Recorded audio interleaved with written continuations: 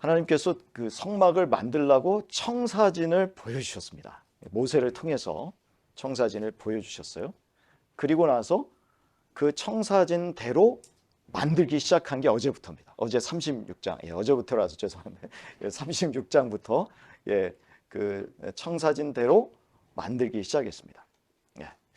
처음에는 하나님께서 청사진을 주실 때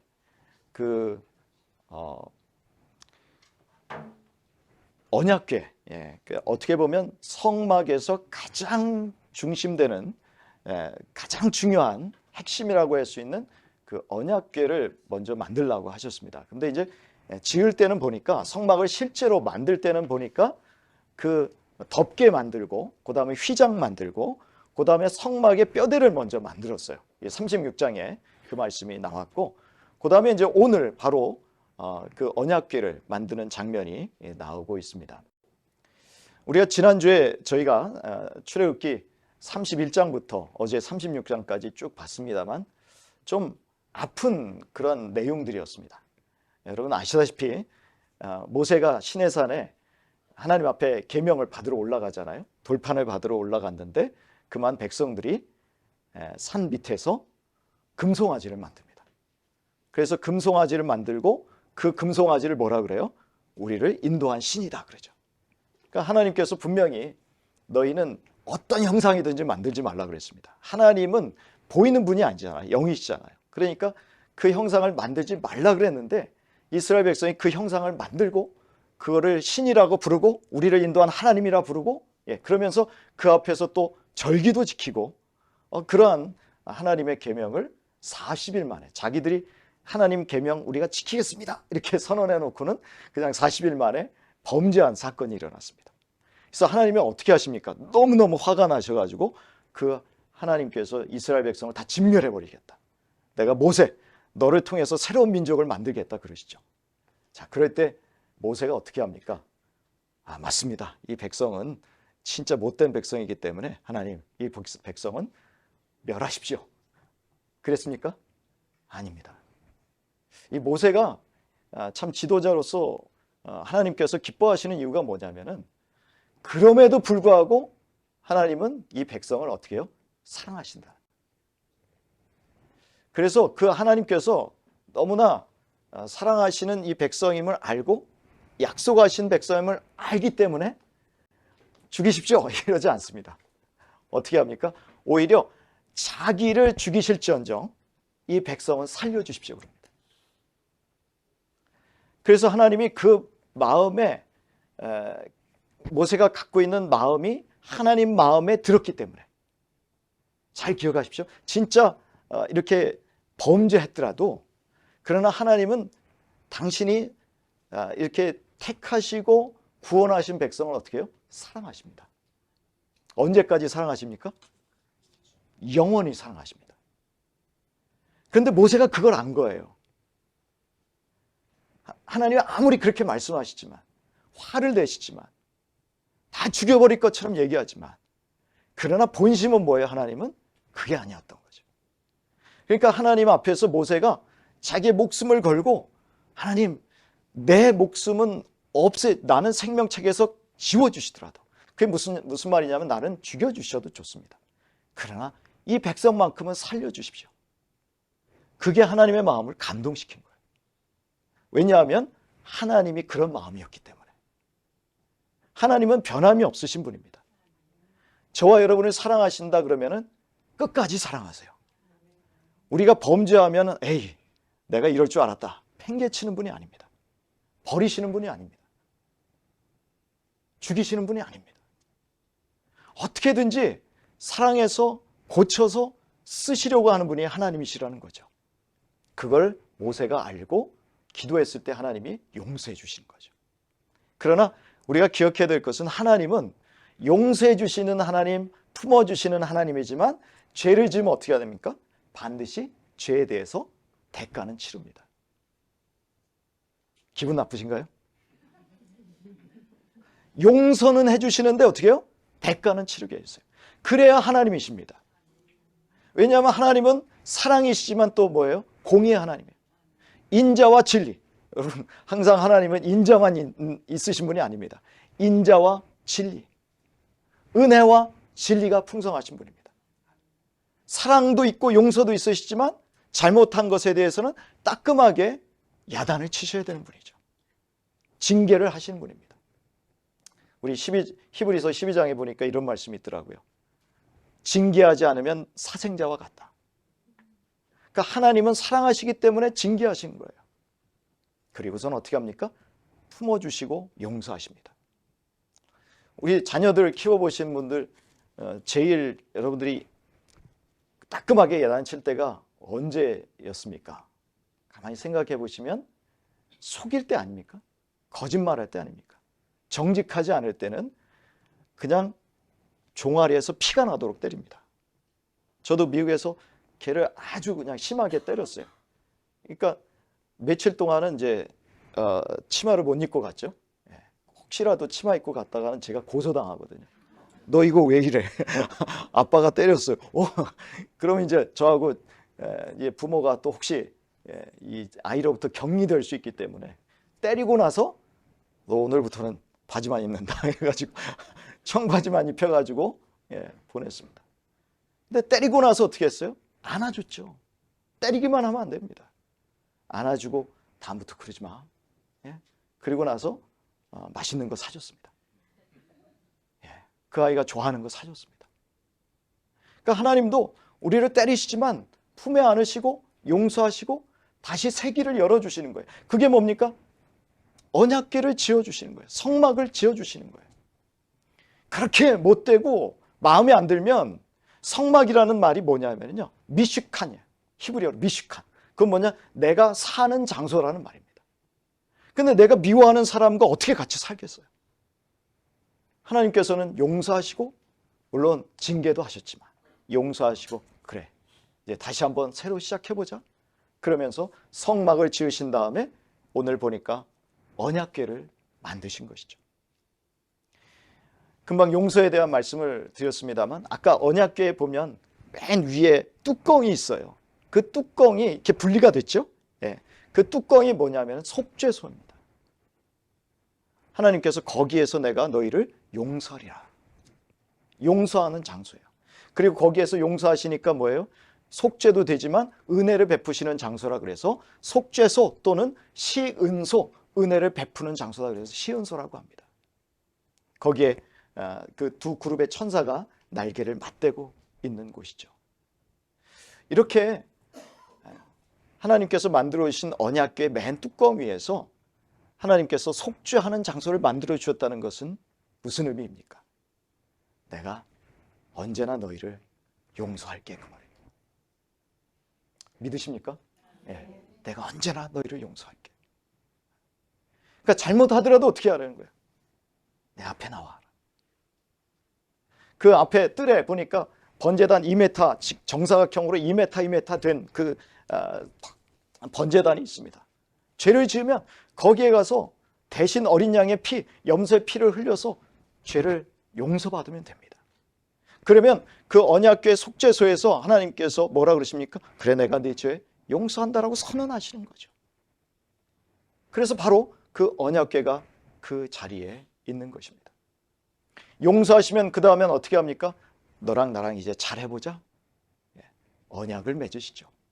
여러분 아까 이제 두 돌판이 나왔습니다만 그 언약궤 안에 돌판 2개가 있어요. 왜 2개인지 아십니까? 어떤 분은 거기에 1계명부터 4계명까지가 한 판에 써져 있고 또 1계명, 5계명부터 10계명까지가 또 한 판에 써져 있다. 그렇게 그래서 2판이다 이렇게 해석하는 경우도 많습니다. 근데 요즘은 대체로 어떤 해석을 하냐면은 하나님과 사람이 계약을 맺었기 때문에 계약서는 쌍방이 갖고 있어야 되지 않습니까? 그래서 계약서가 2개인 거예요. 그전에 종이가 아니라 돌로 만든 거죠. 그러니까 돌로 만들었다는 건 또 무슨 의미가 있습니까? 변함이 없다는 얘기입니다. 변함이 없는 언약서를 하나님과 사람이 다 나눠 가진 거예요. 이제 너와 나는 계약을 맺었어. 그러니까 계약을 맺었으면 어떻게 해요? 계약대로 살아야 되는 거죠. 계약대로 사는 그래서 십계명을 주시지 않습니까? 십계명뿐만 아니라 많은 계명을 주셨는데 저희가 이번 주에 이렇게 말씀을 보면서 참 깜짝 놀란 게 뭐냐면 하나님이 반복해서 계명을 주신 게 있는데요. 그게 뭐냐면 안식일을 지키라는 계명이었어요. 아니 왜 시도 때도 없이 안식일을 지키래? 이런 생각이 들더라고요. 제가 솔직히. 아니 왜 이렇게 안식일이 많이 나와? 이런 생각이 들었어요. 한번 쭉 성경 읽어보세요. 참 안식일에 강조가 많습니다. 왜 이렇게 안식일을 강조하실까? 하나님이 천지를 창조하시고 나서 창조하신 하나님이 백성이 애굽에 들어가서는 쉬지 못했거든요. 그래서 이제는 탈출했으니까 너희 쉬어라. 그 의미도 있지만 더 중요한 의미는 뭐냐면은 너희들 안식일에 일 안 해도 내가 먹고 살 것 다 공급해 줄게 이 말씀입니다. 안식일을 기억하여 지키게 되면서 나를 기억하는 그 안식일이 될 때 하나님이 천지를 만드신 분이지, 하나님이 먹을 거 입을 거 다 주시는 분이지, 그러면 걱정하면서 살 필요 없구나. 하나님 의지하고 하나님께 모든 것을 또 내가 필요한 대로 공급받고 살면 되는구나. 그래서 이스라엘 백성이 어떻게 됩니까? 매일매일 만나를 공급받잖아요. 40년 동안 매일 만나를 공급받는 걸 보면서 또 안식일 날은 나가서 이 만나를 걷지 않아도 됩니다. 왜 그렇습니까? 토요일 날 하나님 2배를 주시거든요. 토요일이 아니라 금요일 날 2배를 주시거든요. 그러니까 2배를 받아서 미리 가지고 있다가 안식일 날은 나가서 일 안 하고 그 만나 2배로 주신 것을 먹게 해주신 겁니다. 왜 그렇습니까? 내가 너희의 공급자다 이거예요. 그러니까 하나님이 말씀하신 그 언약을 반드시 지키면서 사는 것이 이제 우리의 남은 과제라는 말씀입니다. 저와 여러분에게 하나님께서 주신 언약이 뭡니까? 예수님께서, 말씀이신 예수님께서 이 땅에 오셔가지고 우리와 맺은 언약이 있습니다. 우리에게 주신 계명이 있습니다. 언약, 제가 생각나는 거 보면 너희는 마음에 근심하지 말라. 하나님을 믿으니 또 나를 믿으라. 언약, 약속이죠. 마음에 근심하지 말라고 말씀하셨습니다. 하늘에 나는 새도 하나님께서 먹이시는데 또 들의 백합화도 하나님이 이렇게 먹이셔서 그들을 꽃피게 하시는데 하물며 너일까 보냐. 염려하지 말라 그러셨죠. 약속입니다. 근데 하나님은 산상수훈에서 우리에게 말씀을 주셨어요. 원수를 사랑하라고 말씀을 주셨어요. 70번씩 7번이라도 용서하라고 말씀을 주셨어요. 쉬지 말고 또 하나님 앞에 기도하면 기도에 하나님이 응답하시겠다고 분명히 말씀해 주셨습니다. 그러면 그 언약에 따라서 살면 됩니다. 근데 언약에 따라서 못 살면 어떻게 합니까? 죽었네요? 아닙니다. 하나님 앞에 나아가서 용서를 구하시면 됩니다. 그렇다고 여러분 오해하실 것 같아요. 어떤 크리스천들 같은 경우에는 걱정하지 마. 나 이렇게 죄 지어도 하나님 용서하시기 때문에. 그건 아닙니다. 왜 그렇습니까? 예수님이 당신의 피를 흘려서 십자가에 돌아가실 것만큼 죄는 무서운 겁니다. 함부로 하시면 안 됩니다. 여러분 한번 고린도후서 5장 15절 한번 같이 찾아보시겠습니까?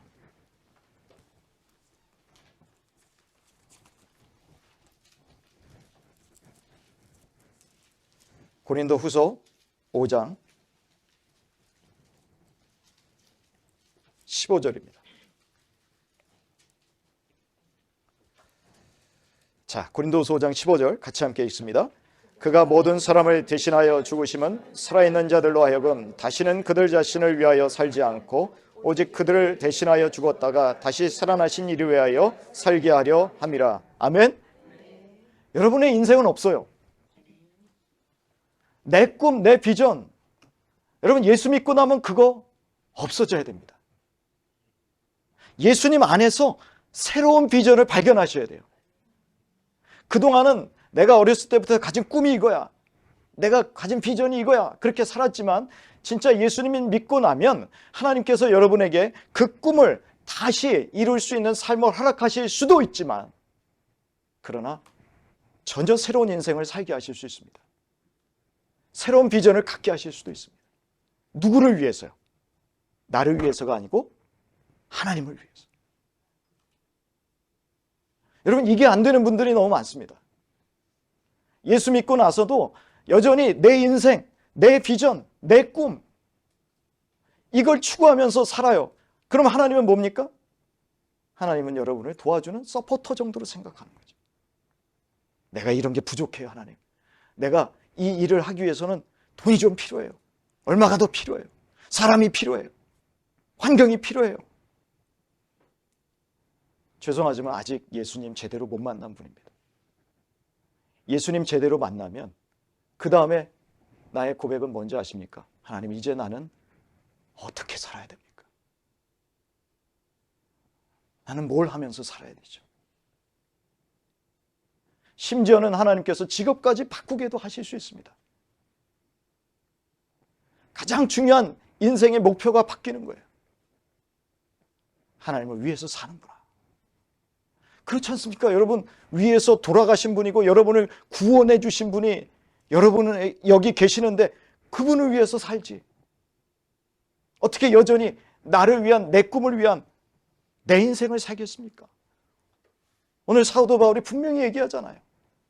여러분의 인생은 이제 여러분께 아니다. 하나님이 주인이다. 예수님이 여러분의 인생의 주인이다. 그러면 어떻게 해야 됩니까? 예수님 말씀대로 살아야 돼요. 이스라엘 백성이 계약을 맺으면서 살았던 것 같이 우리는 예수님과 계약을 맺고 예수님 말씀대로 순종하면서 살아가는 인생으로 바뀐 거예요. 네, 그렇게 씨름하며 살다가 어떤 때 실패할 수도 있습니다. 죄 지을 수 있습니다. 그러나 오늘도 이 성막을 통해서 주시는 메시지가 뭡니까? 그러나 낙심하지 마라. 주저앉지 마라. 나한테 그냥 와라. 내가 용서해 줄게. 그 메시지를 주시는 겁니다. 거기에서 하나님이 말씀하시고 죄를 용서해 주시고 나서는 우리 이 등잔대가 있고 또 떡상이 있죠. 분향단이 있습니다. 성소에 분향단에 오면 뭘 하게 되느냐 하면은 하나님 앞에 기도를 하게 됩니다. 그러니까 우리가 구원받은 사람으로서 어떤 인생을 살게 되느냐 하면 기도하는 인생으로 바뀌는 거예요. 여러분, 기도가 달라고만 하는 게 기도가 아니라 우리 예수님이 그 휘장을, 자기의 몸인 휘장을 찍고서 그 하나님과 우리의 관계를 회복시켜 주셨어요. 근데 그 회복의 본질이 뭔지 압니까? 회복의 진짜 핵심은 하나님과 내가 친해지는 거예요. 하나님이 성막을 만든 목적이 뭐라 그랬어요? 내가 좀 너희들하고 좀 같이 살자.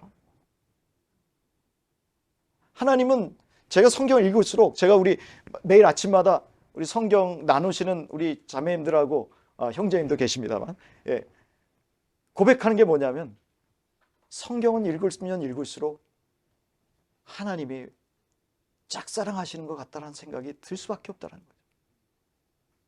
하나님은 어떻게든지 사람에게 다가오셔서 좀 같이 살자, 대화 좀 나누자, 좀 친해지자 그러는데 사람은 어떻게 합니까? 아니요, no touch. None of your business. 제 인생은 제가 알아서 합니다. 이 중요한 문제는, 이 자녀 교육의 문제는 하나님 여긴 터치하지 마세요. 이건 제 영역입니다. 하나님은 계속 우리의 삶에 다가오셔서 우리와 함께 하시기를 원하십니다. 여러분, 그래서 분향단은요 너무 중요한데 매일 그 향이 올라가야 돼요. 끊이지 않고 올라가야 돼요. 무슨 말입니까? 하나님하고 끊임없이 소통하면서 살라라는 말입니다. 뭐가 내가 원하는 게 있어서 기도하는 그런 게 아니라 그냥 편안하게 말씀하세요. 그냥 편안하게 대화하세요. 그래서 분향단, 늘 올라가는 향을 올려드리는, 아침 저녁으로 우리 제사장들이 와서 늘 분향하는 그 분향단을 만들어 놓으신 것입니다. 우리의 기도를 하나님이 들어주시나요? 안 들어주시나요? 들어주시죠.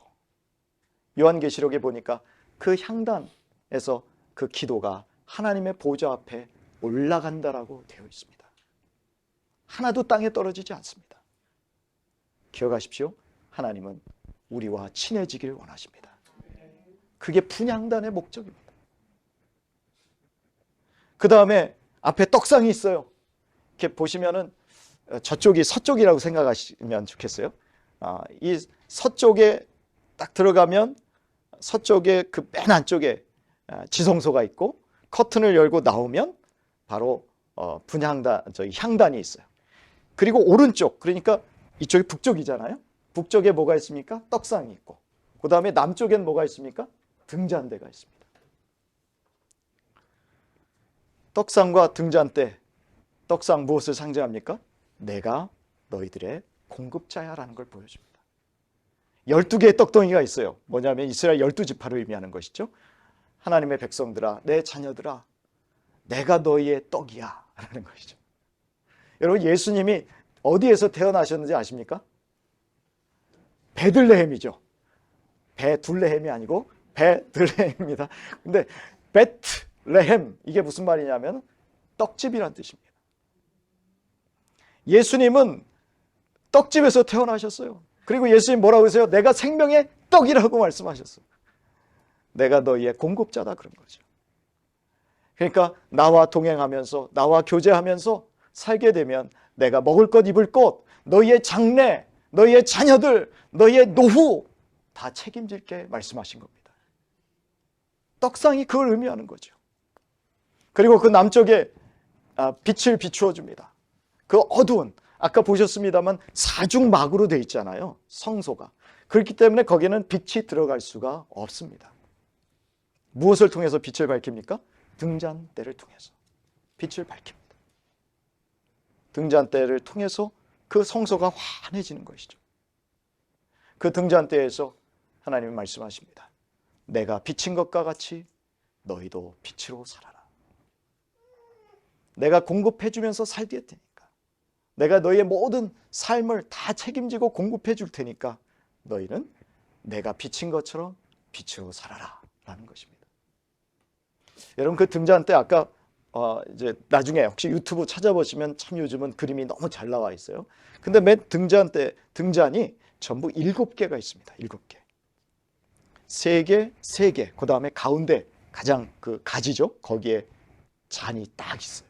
이 아몬드 꽃과 꽃받침으로 되어 있는 7개 형상인데요. 근데 거기에서 기름을 부으면 그것이 6가지로 다 어떻게 됩니까? 줄기로 공급이 됩니다. 그렇게 만들었어요. 그러니까 이 한 가지에서 기름이 다 차면 그 기름들이 6가지로 다 공급이 되는 거예요. 무엇을 상징하냐면 우리가 빛으로 살 수 있는 능력이 없습니다. 하나님만 빛이시지 우리는 빛이 아닙니다. 하나님이 그 빛을 가지신 분인데 하나님께서 그 빛을 우리가 밝힐 수 있도록 공급해 주시겠다는 겁니다. 그러면 어떻게 됩니까? 그 가지에 붙어 있어야 돼요. 그 원줄기에 붙어 있어야 되는 거죠. 그럴 때 우리의 삶이 빛이 나고 열매가 맺어집니다. 우리 요한복음 15장의 말씀을 같이 한번 찾아보겠습니다.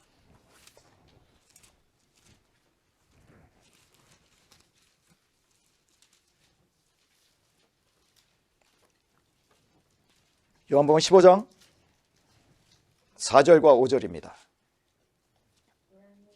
같이 읽겠습니다. 내 안에 거하라 나도 너희 안에 거하리라. 가지가 포도나무에 붙어있지 아니하면 스스로 열매를 맺을 수 없음 같이 너희도 내 안에 있지 아니하면 그러하리라. 나는 포도나무요 너희는 가지라. 그가 내 안에 내가 그 안에 거하면 사람이 열매를 많이 맺나니 나를 떠나서는 너희가 아무것도 할 수 없음이라. 아멘. 그러니까 예수님도 성막이 만들어지고 기구들이 만들어지는 것과 똑같은 메시지를 전해주시고 계신 거죠. 하나님에게 붙어 있어야 빛을 낼 수 있듯이 우리가 예수님 안에 거할 때 열매를 맺을 수 있다. 열매가 뭡니까? 세상에 빛된 삶이죠. 사랑과 희락과 화평과 오래 참음과 양선과 온유와 절제와 인내, 이런 것들의 열매를 우리가 맺을 수 있다. 그것이 뭡니까? 결국 세상에 빛으로 드러나는 우리의 삶이다라는 것이죠. 그러나 그 삶은 절대로 우리 자신이 스스로 빛을 낼 수가 없습니다. 하나님께서 주시는 빛이 있어야 우리가 빛을 낼 수 있습니다. 여기에 기름이 들어와서 공급되잖아요. 기름은 뭘 의미하냐면 주로 성령님을 의미한다고 저는 믿습니다. 그 성령님이 우리에게 빛을 낼 수 있도록 우리에게 또 자원을 공급해 주신다라는 말입니다. 날마다 성령님을 의지하시면서 사시길 바랍니다. 그래서 우리가 말씀을 읽고 또 성령을 의지해서 살게 되면 그렇게 빛을 내는 삶을 살게 된다는 것입니다. 오늘 말씀을 맺으면서 이 모든 일들을 가능하게 하신 분은 바로 예수님입니다. 이 사순절 기간을 우리가 지나면서 이 모든 것들이 가능하게 하신 우리 예수님을 더 깊이 사랑하고 또 예수님을 더 묵상하는, 십자가를 묵상하는 저와 여러분이 되시기를 바랍니다. 우리 히브리서 10장을 마지막으로 같이 찾아 읽고 우리 말씀을 마무리하겠습니다. 제사장마다 매일 서서 섬기며 자주 같은 제사를 드리되 이 제사는 언제나 죄를 없게 하지 못하거니와 오직 그리스도는 죄를 위하여 한 영원한 제사를 드리시고 하나님 우편에 앉으사 그 후에 자기 원수들을 자기 발등상이 되게 하실 때까지 기다리시나니 거룩하게 된 자들을 한 번의 제사로 영원히 온전하게 하셨느니라. 여기까지 보겠습니다.